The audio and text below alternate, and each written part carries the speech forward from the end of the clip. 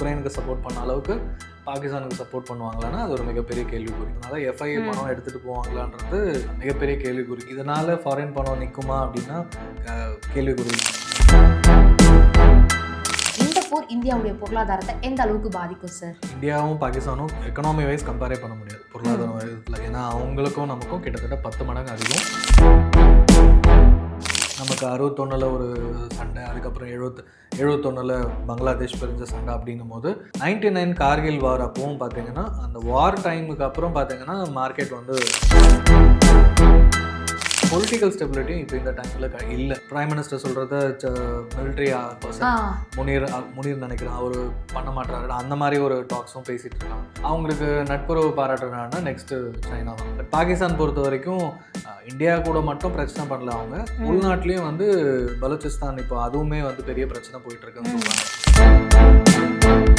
Pakistan எக்கனாமியை analyse பண்ணவங்க சொன்னால் கரெக்டாக இருக்கும். அட்வான்டேஜ் இந்தியா தான். இதுக்கு மேலே நகர்ந்தாலும் சரி, ட்ரேடு அவங்க வாங்கலை, எக்ஸ்போர்ட் இம்போர்ட்டில் பிரச்சனை அப்படின்ற நிலைமையிலையும் இந்தியா இல்லை. அப்போ நியூ இன்வெஸ்டர்னா இந்த சமயத்தில் மார்க்கெட்டுக்குள்ளார என்ட்ரி ஆகலாம் சார்? வேல்யூவேஷன்ஸ் அட்ராக்டிவாக இருக்குது. போர் பதற்றம்னா மேபி ஒரு கரெக்ஷன் நடக்கலாம். இந்தியாவில் அது நெக்ஸ்ட் லெவல் போனதுனால as a business point of view அது அட்ராக்டிவாக இருக்கும்னு சொல்லி யூஎஸ் கூட பிரச்சனை ஆரம்பித்ததுல வந்து சைனா வந்து இந்தியாவுக்கு நட்புக்கரம் பாராட்டுது அப்படின்ற மாதிரி தான் நம்ம பார்த்துட்டு இருக்கோம். Hi, this is Vijay Rakshaya பார்த்து ரிஃப்ளெக்ட் மணி நேயர்களுக்கு வணக்கம். இந்தியா பாகிஸ்தான் இதுக்கு நடுவில் நடந்துட்டு இருக்க போர் இன்னிக்கோ நேத்திக்கோ நடக்க ஆரம்பிச்சது கிடையாது. பாகிஸ்தான் அப்படிங்கிற ஒன்று உருவான காலத்துல இருந்து நடந்துட்டு இருக்கு. அந்த வகையில இப்ப நடக்கக்கூடிய இந்த போர் இந்தியாவுடைய பொருளாதாரத்தை எந்த அளவுக்கு பாதிக்கும் அப்படிங்கிறத பத்தி நிறைய விஷயங்களை ஷேர் பண்ண இன்னைக்கு நம்ம கூட இணைஞ்சிருக்கிறவர் ஃபினான்ஷியல் எக்ஸ்பர்ட் கணேஷ் துரு அவர்கள் தான். வணக்கம் சார். வணக்கம். இந்த போர் அப்படிங்கிறது நான் ஃபர்ஸ்டே சொன்ன மாதிரி இன்னிக்கோ நேத்தோ ஸ்டார்ட் ஆனது கிடையாது. பாகிஸ்தான் அப்படிங்கிற ஒன்று உருவான காலத்துல இருந்தே இந்த போர் அப்படிங்கிறது நடந்துட்டு இருக்கு. ஸோ அந்த வகையில போர் அப்படிங்கிறது நடந்தாலே பொருளாதாரத்துல கண்டிப்பா ஏதாச்சும் பாதிப்புகள் ஏற்படும் இல்லையா? இந்த போர் இந்தியாவுடைய பொருளாதாரத்தை எந்த அளவுக்கு பாதிக்கும் சார்? இந்தியாவும் பாகிஸ்தானும் எக்கனாமி வைஸ் கம்பேரே பண்ண முடியாது பொருளாதார விதத்தில். ஏன்னா அவங்களுக்கும் நமக்கும் கிட்டத்தட்ட 10 மடங்கு அதிகம்.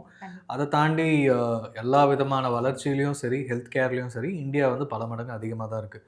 அண்ட் இன்னொன்று, இப்போது இதுக்கு முன்னாடி நடந்தது 1971 அப்புறம் இவ்வளோ பெருசாக இந்த அளவுக்கு. அப்போ வந்து நமக்கு சோஷியல் மீடியா கிடையாது, நியூஸ் சேனல்லாம் ரொம்ப ஸ்டார்டிங் ஸ்டேஜ்னு சொல்லலாம். அப்போ வந்து ரேடியோவில் மூலமாக கேட்குறத வச்சு மட்டும்தான். ஸோ அந்த எந்த பகுதியில் நடந்துச்சோ அங்கே மட்டும்தான் தெரியும். அதுக்கப்புறமா நமக்கு இன்ஃபர்மேஷன் சென்னையிலையோ இந்தியா ஃபுல்லாக அவங்க ரேடியோ மூலமாக நமக்கு தெரியறது மட்டும்தான். பட் இப்போ பார்த்தீங்கன்னா நிமிஷத்துக்கு நிமிஷம் நமக்கு அப்டேட்ஸ் கிடைக்குது. ஸோ அதனால் அந்த பதட்டம் வந்து இன்னும் கொஞ்சம் அதிகமாக இருக்குதுன்னு தான் சொல்லணும். அதனாலேயே அதிகமாக இருக்குன்னு.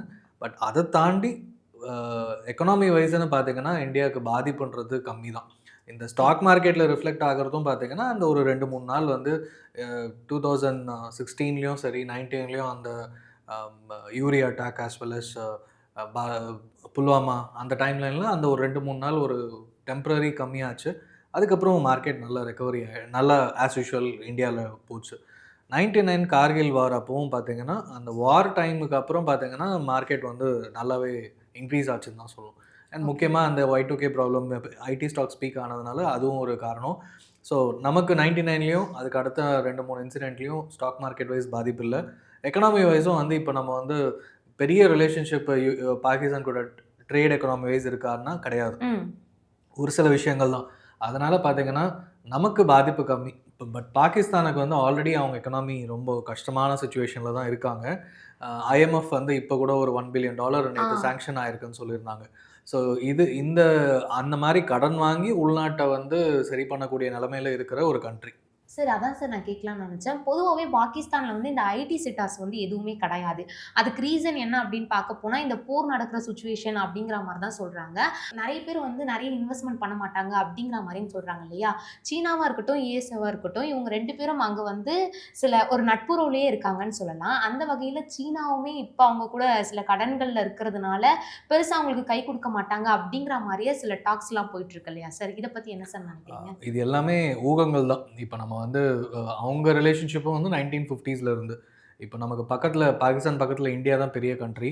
பட் இந்தியாவோட போர் பிரிஞ்சு போன நாடு அப்படின்றதுனாலே நமக்கு 61ல் ஒரு சண்டை, அதுக்கப்புறம் 71ல் பங்களாதேஷ் பிரிஞ்ச சண்டை அப்படிங்கும்போது அவங்களுக்கு நட்புறவு பாராட்டுற நாடுனா நெக்ஸ்ட்டு சைனா தான். சைனா பெரிய கண்ட்ரி ஆஸ் வெல் அஸ் அவங்களும் இப்போ வளர்ந்துட்டு பெரிய வளர்ந்த நாடாக இருக்கிறதுனால அவங்க நிறைய பெல்ட் ரோடு அந்த இதுவும் இன்ஃப்ராஸ்ட்ரக்சர் வைஸ் நிறைய முதலீடு பண்ணி வச்சுருக்காங்க பாகிஸ்தான் பக்கம். ஏன்னா அவங்களுக்கு ஈரான்லேருந்து அந்த சைட்லேருந்து சைனாக்கு பெட்ரோல், க்ரூட் ம். ஆயில் இம்போர்ட்டாக இருக்கட்டும், அதை தாண்டி நிறைய இன்வெஸ்ட்மெண்ட்ஸும் அவங்க பண்ணியிருக்காங்க அவங்களோட செல்ஃப் இன்ட்ரெஸ்ட்டுக்காக.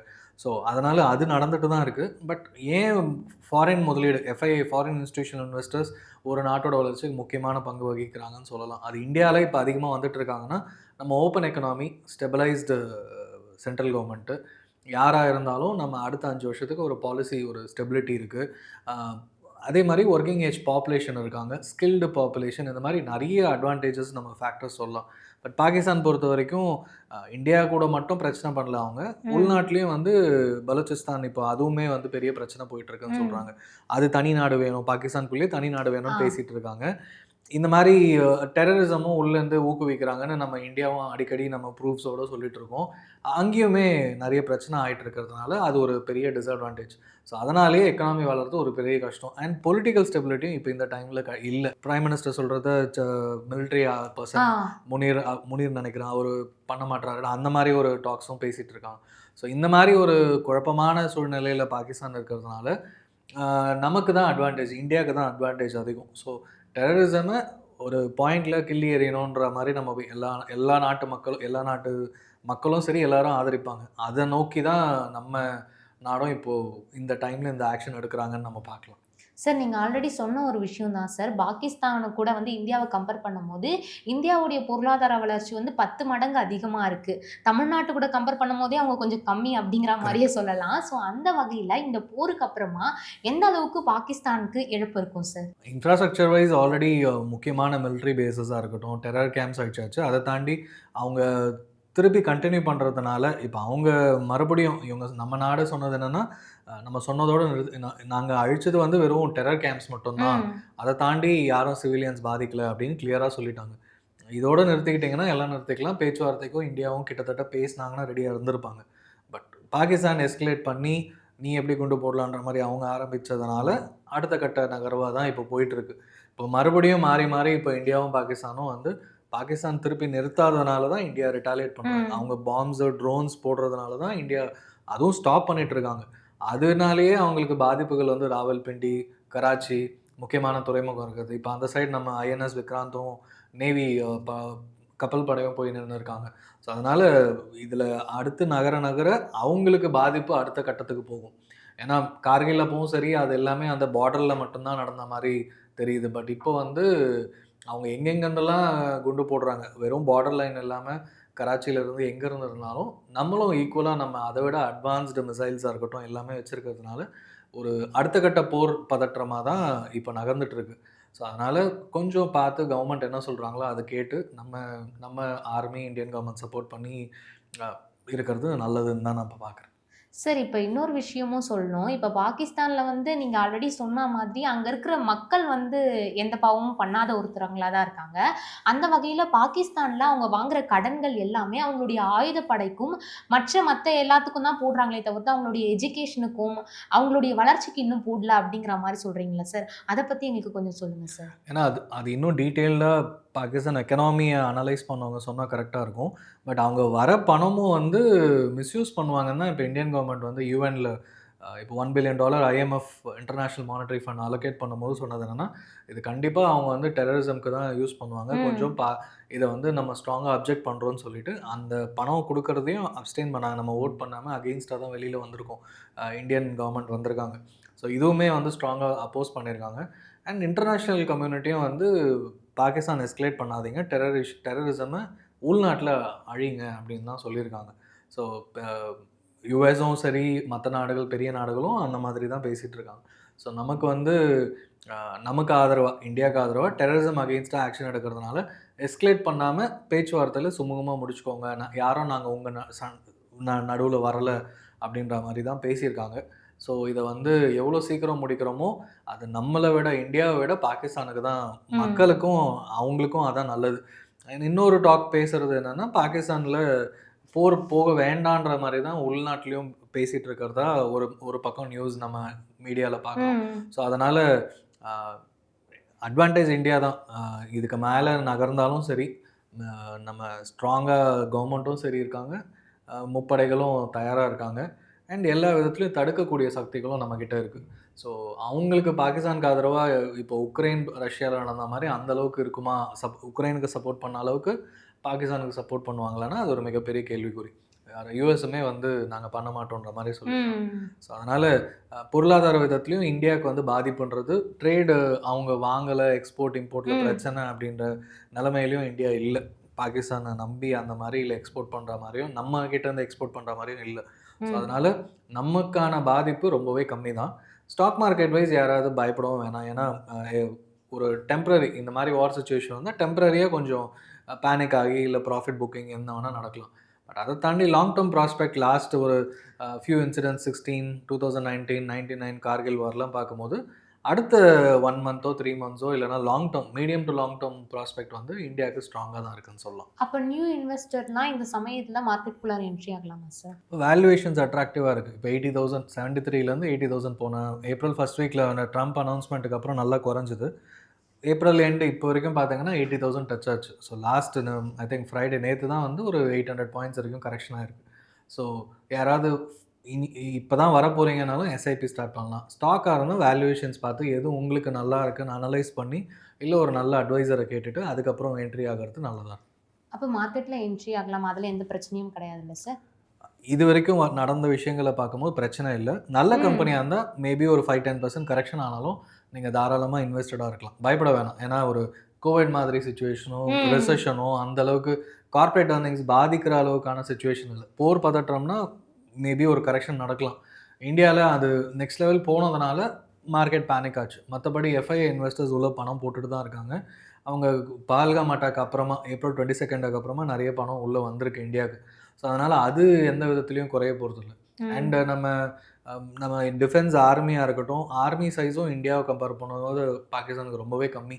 அண்ட் உள்நாட்டு பிரச்சனையும் அவங்க சந்திக்கிறதுனால ஃபுல் ஃப்ளெஜ்டாக இந்தியாவை எதிர்க்கக்கூடிய நிலைமையிலையும் அவங்க இல்லை. ஸோ எல்லா விதத்துலேயும் வந்து இந்தியா ஸ்ட்ராங்காக இருக்கிறதுனால எஃப்ஐஏ பணம் எடுத்துகிட்டு போவாங்களான்றது மிகப்பெரிய கேள்விக்குறி. அது ஒரு டெம்பரரி ஃபினாமினன். லோக்கல் இன்வெஸ்டர்ஸ் தான், நம்மளும் வந்து போர் பயப்படணுன்ற அவசியம் கிடையாது. அது ஆட்டோமேட்டிக்காக சப்சிடைஸ் ஆகிடும். ஏன்னா நம்ம வந்து கண்டினியூ பண்ணிகிட்டே இருக்க போகிறது இல்லை. ஒரு கட்டத்தில் பாகிஸ்தான் நிறுத்தி தான் ஆகணும், நம்மளும் நிறுத்த தான் போகணும். அங்கேருந்து வந்து நிறுத்துனா இங்கே நம்ம எந்த நிலைமையிலையும் நம்ம எப்போனா நம்ம ஸ்டாப் பண்ணலாம். பட் அவங்க ஸ்டாப் பண்ணணுன்றது தான் நம்ம கவர்மெண்ட்டோட ஸ்டாண்டாக இருக்கும். நம்மளும் அதான் சொல்கிறோம். சார், இப்போ இந்த போர் அப்படின்னு எடுத்துக்கிட்டாலே பொருளாதாரத்தில் பொறுத்த வரைக்கும் ஸ்டாக் மார்க்கெட்டில் ஏதாச்சும் ஒரு சின்ன ஒரு இம்பேக்டை கொடுக்கும் இல்லையா சார்? அந்த வகையில் இந்தியா பாகிஸ்தானை தவிர்த்து இந்த போர் மூலயமா வேற ஏதாச்சும் நாட்டுக்கு ஏதாச்சும் பாதிப்புகள் ஏற்படுமா? அது இன்டர்நேஷ்னல் கம்யூனிட்டினா இப்போ நம்ம ஃபாரின் இன்வெஸ்டர்ஸ் எப்படி பணம் எடுக்கிறாங்க போடுறாங்கன்றதுனால இப்போது சிரியா வார் நடந்துச்சு, அப்புறம் இஸ்ரேல் ஹமாஸ் பிரச்சனை நடந்துச்சு, அப்புறம் உக்ரைன் ரஷ்யா. அந்த மாதிரி இந்த உக்ரைன் ரஷ்யா ஆரம்பிக்கும் போது உலக அளவில் ஒரு ஸ்டாக் மார்க்கெட்டில் வந்து கொஞ்சம் டிக்ளைன் ஆச்சு. பட் அதுக்கப்புறமா அந்த நாட்டுக்கு நடுவில் பிரச்சனை, அதனால் மற்ற எக்கனாமி எதாவது பாதிக்குதா அப்படின்றத பொறுத்து தான் வந்து ரியாக்ஷன்ஸ் இருக்கும். இப்போ இதுவுமே வந்து டிஃபென்ஸ் ஸ்டாக்ஸ் இந்தியாவில் இன்க்ரீஸ் ஆகிருக்கு நான் லாஸ்ட் ஒரு 1 வீக் 10 டேஸில். ஏன்னா போர்னு வரும்போது டிஃபென்ஸ் கம்பெனிஸோட என்னென்ன தயார் பண்ணியிருக்காங்களோ அதை யூஸ் பண்ணுவாங்க. அப்போ மறுபடியும் ஆர்டர் பிளேஸ் பண்ணுவாங்க. ஸோ அது வந்து as a business point of view அது அட்ராக்டிவாக இருக்கும்னு சொல்லி வேல்யூவேஷன்ஸ் இன்க்ரீஸ் ஆச்சு. ஸோ லாஸ்ட் 1 மந்த்லேயே டிஃபென்ஸ் ஸ்டாக்ஸு எல்லாமே வந்து ஒரு ஆல்மோஸ்ட் 10 to 30% சில ஸ்டாக்ஸ் இன்க்ரீஸ் ஆகிருக்கு. இப்போ ட்ரோன் ரிலேட்டட் மேனுஃபேக்சரிங் சில கம்பெனிஸ் வந்து வெளிநாட்டிலேருந்து இம்போர்ட் பண்ணி இந்தியா மிலிட்ரிக்கு சப்ளை பண்ணுறாங்க ஆர்மிக்கு. ஸோ அது சோர்ஸன் பண்ணி, ஸோ அந்த மாதிரி விஷயங்கள் நடக்கும்போது டிஃபென்ஸ் ஸ்டாக்ஸ் கொஞ்சம் அட்ராக்டிவாக இருக்குது. அண்ட் மேக்ரோ கண்டிஷன்னு பார்த்து லாஸ்ட்டு 3 மந்த்ஸாக யூஎஸோட ஸ்டாண்டு, சைனாவோட ஸ்டாண்ட் பார்க்கும்போது எந்த செக்டார் டொமெஸ்டிக் க்ரோத் பேஸ் பண்ணியிருக்கோ அதில் இன்வெஸ்ட் பண்ணலாம். ஸோ இப்போதைக்கு உங்ககிட்ட பணம் இருக்குது, எஸ்ஐபி பண்ணலாமான்னா தாராளமாக பண்ணுங்கள். லாங் டேர்மாக இருந்தால் ஈக்விட்டி போடுங்க. ஸ்டாக்காக இருந்தால் அட்ராக்டிவாக லோக்கல் எக்கனாமி பூஸ்ட் பண்ணுற sectors, FMCG, consumption, consumer durables, இந்த மாதிரி செக்டர்ஸ் டைம் எடுக்கும். பட் அதோட வேல்யூவேஷன்ஸ் அட்ராக்டிவாக இருக்கிறதுனால என்ட்ரி ஆகலாம். சார் ஆல்ரெடி நம்ம சொல்லியிருந்தோம். சீனா வந்து பாகிஸ்தானுக்கு ஹெல்ப் பண்றதுல சில ப்ராப்ளம்ஸ் இருக்கு அப்படிங்கிற மாதிரி. அத தாண்டி இன்னொரு விஷயமும் பேசப்படுது சார். அதாச்சும் இந்த ட்ரம்ப் அவர்களுடைய டாரிஃப் அனௌன்ஸ்மென்ட் இருக்கு இல்லையா? ஸோ அது மூலமா அவங்க வந்து இந்தியாவுக்கு எதிரா அவங்க எதுவும் செய்ய மாட்டாங்க அப்படிங்கிற மாரியான சில டாக்ஸ்லாம் போயிட்டு இருக்கு இல்லையா சார்? இத பத்தி என்ன சார் ஏன்னா சொல்றீங்க? யுஎஸ்க்கு வந்து China one of the biggest exporter. ம். அண்ட் உலக அளவுல மத்த நாடுகள் மூலமாவும் சைனா யுஎஸ்க்கு எக்ஸ்போர்ட் பண்ணிட்டு இருந்தாங்க. ம். இப்போ டாரிஃப் இஷ்யூஸ்னால சைனாலேருந்து வர்றதுக்கு மோர் தேன் 145%னா, வியட்நாம், கம்போடியா இங்கேருந்து வர்றதுனால அங்கேயும் வந்து 60, 70% வரைக்கும் டாரிஃப் போட்டிருக்காங்க. ஸோ அதனால ஆல்டர்னேட் சோர்ஸ்ன்னு பார்த்தா இந்தியா தான் வந்து உங்களுக்கு எக்கனாமி வைஸும் சரி and purchasing power as well as பாப்புலேஷன்னா இந்தியா தான் நெக்ஸ்ட்டு. ஸோ அதனால சைனா வந்து எக்கனாமிக் வைஸ் யோசிச்சாங்கன்னா, இந்தியா வந்து ஒரு மேஜர் கண்ட்ரியா இருக்கும். ஸோ அதுவும் இல்லாம வளர்ந்து வர நாட்டுல அண்ட் ஆல்ரெடி போன மாசத்துல இருந்து யுஎஸ் கூட பிரச்சனை ஆரம்பிச்சதுலேருந்து சைனா வந்து இந்தியாவுக்கு நட்புக்கரம் பாராட்டுது அப்படின்ற மாரி தான் நம்ம பார்த்துட்டு இருக்கோம். ம். யுஎஸ்ல இருக்க பெரிய எக்கனாமிஸ்ட் எல்லாருமே வந்து ஆம், ஒரு யுஎஸ்க்கு பயந்து நீங்க சைனாவை எதிர்க்காதீங்க. சைனா வந்து வளர்ந்த ஒரு எக்கனாமி அப்படின்னு ஜெஃப்ரி சாக்ஸ் அப்படின்றவரும் சொல்லியிருக்காரு. ஸோ அதனால அ எல்லா விதத்துலயும் பார்ப்பாங்க. அண்ட் இதுவரைக்கும் சைனா வந்து மிகப்பெரிய சப்போர்ட் பண்ண மாதிரி தெரியல லாஸ்ட் 1 வீக்ல. ஸோ இது வந்து இது மாரி நடந்திருக்க கூடாது. பட் ஆனா நடந்துருச்சு. இனிமேல் எஸ்கலேட் பண்ணாதீங்கன்னு தான் ஆரம்பிச்சாங்க சைனாவோட ஸ்டாண்டு. ஸோ மத்தபடி முஸ்லீம் நாடுகள், டர்க்கி மாதிரியான சின்ன நாடு பாகிஸ்தானுக்கு சப்போர்ட் பண்ணி பேசுறாங்க. பட் மேஜர் கண்ட்ரீஸ் எல்லாருமே வந்து இங்கருந்து எஸ்கலேட் பண்ணாதீங்க. ஆ சுமூகமா பேசி தீர்த்துக்கோங்கன்ற பாயிண்ட்ல தான். ஸோ சைனாவும் அந்த ஸ்டாண்ட்ல தான் இருக்கணும், இருப்பாங்கன்னு நம்பலாம். பொதுவாவே பாகிஸ்தானுடைய கரன்சி அப்படின்னு எடுத்துக்கிட்டீங்கன்னா, அதோடைய வேல்யூ ரொம்ப கம்மியா இருக்கு. ஸோ இந்த போருக்கு அப்புறமா அதோடைய வேல்யூ இன்னும் கம்மியாகுறதுக்கான வாய்ப்புகள் இருக்கா? கண்டிப்பா, கண்டிப்பா. ஏன்னா இது வந்து அ உள்நாட்டு டெரரிசம் ஊக்குவிக்கிற மாரி இருக்கும். அதனாலேயும் ம். இன்ஃப்ளேஷன் இன்க்ரீஸ் ஆகும். ஸோ ஆட்டோமேட்டிக்கா கரன்சியோட வேல்யூவேஷன் குறையும். இது வந்து உள்நாட்ல எக்கனாமிக் இம்பேக்ட் வந்து இன்னும் அதிகமா தான் இருக்கும். இப்ப இருக்கிற சிச்சுவேஷனுக்கு இது தேவையில்லாத அ அவங்க எஸ்கலேட் பண்ணாம இருக்கலாம். பட் ஆனா அ அவங்களும் வந்து இந்தியாவுக்கு எதிரா நாங்க ஜெயிச்சுட்டோம் அப்படின்ற சொல்றதுக்காக பொலிட்டீஷியன்ஸ் பண்றது. ஸோ அது மக்கள் விரும்புறாங்களான்றது கேள்விக்குறி தான். ஏன்னா உள்நாட்ல எல்லாருமே நல்ல வாழ்க்கை வாழணும்னு விரும்புவாங்க. இப்போ தேவையில்லாம போருக்கு போய் இந்தியாவ எதிர்த்து ஜெயிக்க முடியுமான்னா, இப்ப இருக்கிற சிச்சுவேஷன்ல பாகிஸ்தானுக்கு கஷ்டம். முடியவும் முடியாது. அப்படி இருக்கும்போது அ எனக்கு தெரிஞ்சு ப அ இங்கருந்து நகராம இருக்கிறது எல்லா விதத்திலயும் எல்லாருக்குமே நல்லதா இருக்கும். சார் இப்ப பொதுவாவே எனக்கு ஒரு சின்ன டவுட் ஒண்ணு வருது சார். இப்போ ஒரு நாடு அப்படின்னு எடுத்துக்கிட்டோம்னா, அந்த நாட்டுக்கு வந்து பொருளாதாரம் தான் அப்படிங்கிறது ரொம்ப முக்கியமான ஒரு விஷயமா இருக்கு. பட் அந்த வகையில பாகிஸ்தான் எடுக்கக்கூடிய சில விஷயங்கள், சில சொல்லப்போனா ஒரு முட்டாள்தனமான சில முடிவுகள் மூலியமா அந்த நாட்டுடைய பொருளாதாரம் இவ்ளோ பாதிச்சுட்டு இருக்கு. ஆனா, அவங்க போர்ல நெறைய கான்சன்ட்ரேஷன் பண்ற மாரி இருக்கு இல்லையா சார்? இதுக்கான ரீசன் என்னவா சார் இருக்கு? இப்ப வெனிசுலா எடுத்துட்டீங்கன்னா, அவங்க வந்து பெட்ரோல் க்ரூட் ஆயில் நம்பி தான் அவங்க அ வளம் கொழிக்கும் நாடுன்ற அளவுக்கு இருந்துச்சு. பட் ஆனா, திடீர்னு வந்து யுஎஸ் சாங்ஷன்ஸ் வந்ததுக்கப்புறம், அதுக்கப்புறம் அந்த நாட்டோட பொருளாதாரமே விழுந்துருச்சு. ஸோ ஒரு கட்டத்தில நல்லா சூப்பரா இருந்த நாடு வந்து அப்படியே மாறிடுச்சு. ஸோ அது வந்து இதுக்கு இப்ப இன்ஃப்ளேஷன் எல்லாமே அந்த வெனிசுலா நாடு பாதிச்சு. எக்கானமி வைஸ் பாதிச்சு, அ கரன்சி டிவேல்யூவேட் ஆயி, ஒண்ணுமே இல்லாம தான் இப்ப இருக்குன்னு சொல்லலாம். ஸோ அந்த மாதிரி ஒரு கண்டிஷன் ஜிம்பாப்வேலயும் இன்ஃப்ளேஷன் அதிகம்னு பேசியிருக்கோம். இப்போ ஒரு பொருள் வாங்கணும்னா கத்த கத்தையா நோட் எடுத்துட்டு போவோம். ஏன்னா அந்த அளவுக்கு அந்த கரன்சியோட வேல்யூ ஒண்ணுமே இல்ல. ம், இப்போ பாகிஸ்தான் பொறுத்தவரைக்கும் நம்ம வந்து இந்தியாவிலேருந்து பிரிஞ்சு தான் பாகிஸ்தான்னு ஒண்ணு கிரியேட் ஆச்சு. ம், அப்போ எமோஷனலி அவங்களுக்கு வந்து இந்தியாவ இன்னொரு பண்ணணும் அப்படின்றது அ மேல இருக்கிற யார் பிரிஞ்சு வந்தாங்களோ, அப்போத்துல இருந்து அந்த போரு, பதட்டமான சூழ்நிலை, பாகிஸ்தான் ஆக்குபைட் காஷ்மீர் அது இதுன்னு அந்த பார்டர் லைன்ல சண்டை இதெல்லாம் நடந்துகிட்டே இருக்கிறதுனால, அண்ட் டெரரிசம் வந்து அவங்க யார் ஊக்குவிக்கிறா? இதெல்லாம் வந்து இன்டர்நேஷனல்லேருந்து பண்றது. ஸோ அங்க கவர்ன்மெண்ட் ஸ்ட்ராங்கா இருந்தாலும், அப்பப்போ மிலிட்டரி ஓவர்டேக் பண்ணி, கவர்ன்மெண்ட்ட கேப்சர் பண்ணி, அதுக்கப்புறமா மறுபடியும் எலக்ஷன் நடந்து டெமோக்ரஸி வருது. இந்த மாரி மாறி மாறி நடக்கிறதுனால, அவங்க ஊர் நாட்டு பிரச்சனையே அதிகமா தான் இருக்கு. பட் ஸ்டில் இந்தியான்னு வரும்போது, நம்ம எப்படி இந்தியா, பாகிஸ்தான் மேட்ச கிட்டத்தட்ட நம்ம ஜெயிக்கணுன்ற ஒரு ஆர்வம் அதிகமா இருக்குமோ, அவங்களுக்கும் அதே மாரி அது ஒரு ஆர்வம், வெறி என்ன வேணா சொல்லலாம். மேபி இந்த வார் வந்து ஃபியூச்சர்ல அதிகமாகுது அப்படிங்கிற பட்சத்துல, என்னுடைய எஸ்ஐபிய நான் வந்து தொடரலாமா? இல்ல ஸ்டாப் பண்ணிக்கிறது நல்லதா? நமக்கு நம்ம கம்பெனிஸோட இம்பேக்ட் ஒண்ணும் பாதிப்பு பெருசா இருக்காது. ஏன்னா, ம். அ இப்ப அவங்க பண்றதுனால நமக்கு எங்கேயாவது புரொடக்ஷன் லாஸோ ஏதோ நடக்குது அப்டின்னா, நம்ம யோசிக்கணும். இப்போ ஏதாவது ஒரு கம்பெனி பாதிக்குதுன்னா அது கம்பெனி ஸ்பெசிஃபிக், அப்படி எதுவுமே இது வரைக்கும் தெரியல. அண்ட் இது வரைக்கும் நடந்த போர்கள் நான் லாஸ்ட் 50 இயர்ஸில் 71க்கு அப்புறம் பெருசாக இந்த அளவுக்கு ஆரம்பிக்கல. ஸோ எப்படி போகும்னு நமக்கு தெரியாது. அண்ட் எஸ்ஐபியை பொறுத்த வரைக்கும் இது எல்லாம் டெம்பரரி ஃபினாமினா. இப்போ உக்ரைன் ரஷ்யாவும் பார்த்தீங்கன்னா சண்டை போயிட்டுருக்கு. பட் இப்போ வந்து யூஎஸ் வந்து ரெண்டு ரெண்டு நாட்டுக்குள்ளேயும் சமாதானம் இப்போ பேசிகிட்டு இருக்காங்க. ஆல்மோஸ்ட் ஸ்டாப் பண்ண போகிறாங்க. பண்ணிட்டாங்களா தெரியல. அதே மாதிரி இந்தியாவும் பாகிஸ்தான் அந்த அளவுக்கு போகுமா அப்படின்றது கேள்விக்குறி. இப்போ பாகிஸ்தான் ஒரு கட்டத்துக்கு மேலே அவங்களால சண்டை போட முடியாது, அவங்கக்கிட்ட எதுவுமே இல்லை, அம்யூனிஷன்ஸ் ஏவுகணைகள் இல்லை அப்படின்னா சமாதானத்துக்கு வந்து தான் ஆகும். ஸோ அந்த கட்டத்துக்கு போகிறாங்க அப்படின்னும் போது நம்ம வந்து எதுவும் பண்ண போகிறதில்ல. பட் இந்தியன் எக்கனாமி ஸ்ட்ராங்காக இருக்குது. இதனால் ஃபாரின் பணம் நிற்குமா அப்படின்னா கேள்விக்குறி தான். ஸோ அதனால் நம்ம எஸ்ஐபியை பொறுத்த வரைக்கும் நீங்கள் கவலைப்பட வேணாம், கண்டினியூ பண்ணுங்கள். மேபி ஒரு அடுத்த 1 வீக் மார்க்கெட் கரெக்ஷன் ஆனாலும் இங்கேருந்து ரெக்கவர் தான் ஆகும். ஸோ அதனால் அடுத்த ஒன் மந்த் 2 மந்த்ஸில் மார்க்கெட் இன்க்ரீஸ் ஆகும். அண்ட் நீங்கள் எஸ்ஐபி ஸ்டார்ட் பண்ணது லாங் டேர்ம், என்னோடய ஃப்யூச்சருக்காக அப்படின்னு பண்ணும்போது ஒரு 5+ இயர் இருக்குன்னா தாராளமாக கண்டினியூ பண்ணலாம். எஸ்ஐபிலையும் எந்த ஒரு ப்ராப்ளமும் இல்லை அதிகபட்சமாக. அதே மாதிரி ஸ்டாக் மார்க்கெட் இந்த மாதிரி சைட்லையுமே பொருளாதாரத்துலையுமே நமக்கு பெருசாக எந்த அளவுக்கும் பாதிப்பு கிடையாது அப்படிங்கிற விஷயத்த ரொம்ப சூப்பராக எங்கள் கூட இவ்வளோ நேரம் ஷேர் பண்ணிக்கிட்டீங்க. நன்றி சார். தேங்க்யூ.